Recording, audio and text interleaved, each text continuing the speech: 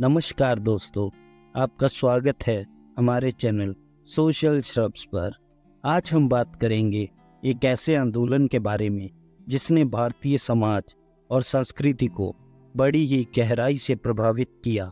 जी हाँ, हम बात कर रहे हैं भक्ति आंदोलन की। भक्ति आंदोलन मध्यकालीन भारत में 8वीं से 17वीं सदी के बीच में उभरा एक धार्मिक और सामाजिक आंदोलन था। इस आंदोलन का मुख्य उद्देश्य धार्मिक कट्टरता और जात पात की व्यवस्था को खत्म करना था। भक्ति आंदोलन ने धार्मिक पाखंड, अंधविश्वास और समाज में व्याप्त बुराइयों के खिलाफ आवाज़ उठाई। इस आंदोलन के तहत विभिन्न संप्रदायों के बीच संतों ने एक नए धार्मिक और सामाजिक संदेश का प्रचार किया। भक्ति आंदोलन के प्रमुख संतों में संत कबीर, मीराबाई, तुलसीदास, गुरु नानक देव और रामानंद जैसे संत शामिल थे। इन संतों ने भक्ति के माध्यम से ईश्वर की आराधना करने और सामाजिक एकता का संदेश दिया।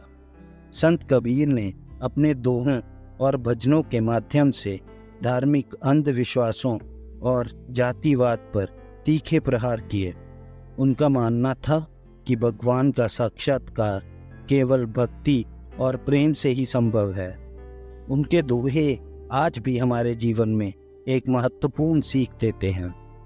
कबीर का संदेश था कि ईश्वर हर जगह है और उनकी पूजा के लिए किसी विशेष स्थान या माध्यम की आवश्यकता नहीं है। उन्होंने समाज में व्याप्त जात पात के भेदभाव को समाप्त करने की कोशिश की। ऐसे ही गुरु नानक देव ने एक नई धार्मिक धारा की नींव रखी, सिख धर्म। उन्होंने एक ओंकार के सिद्धांतों के माध्यम से यह संदेश दिया कि ईश्वर एक है और सब में व्याप्त है, सभी का समान रूप से आदर करना चाहिए। उनके उपदेशों में मानवता, सेवा और समर्पण का विशेष महत्व है।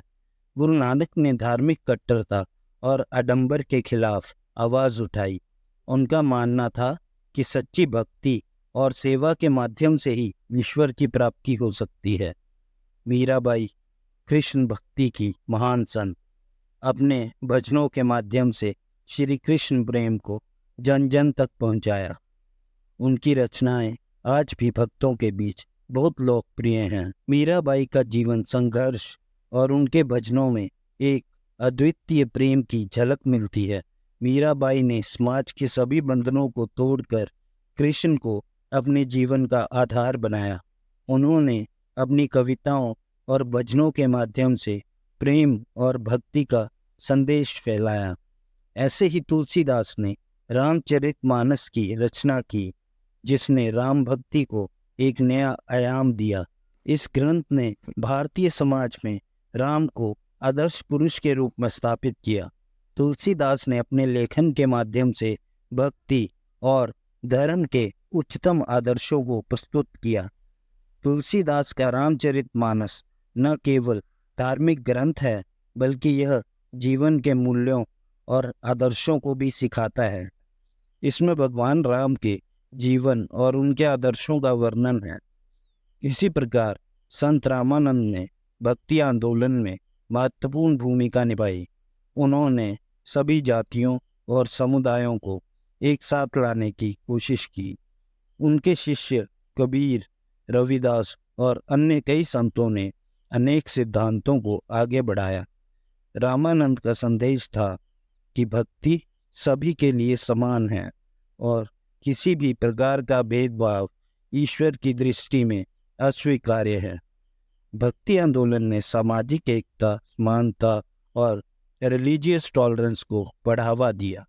इस आंदोलन ने समाज के सभी वर्गों को एकजुट किया और लोगों को यह सिखाया कि भक्ति और प्रेम ही सबसे बड़ा धर्म है। दोस्तों, भक्ति आंदोलन ने भारतीय समाज को जो दिशा दी, वह आज भी हमारी संस्कृति में जीवित है। यह आंदोलन हमें सिखाता है कि हम सब एक हैं और ईश्वर की भक्ति में ही हमारी सच्ची मुक्ति है। दोस्तों, अगर आपको आज का वीडियो पसंद आया हो तो कृपया इसे लाइक ज़रूर करें और हमारे चैनल को सब्सक्राइब करके बेल आइकन दबाना ना भूलें। तो दोस्तों, मिलते हैं अगले वीडियो में ऐसी ही इंफॉर्मेटिव कंटेंट के साथ। धन्यवाद।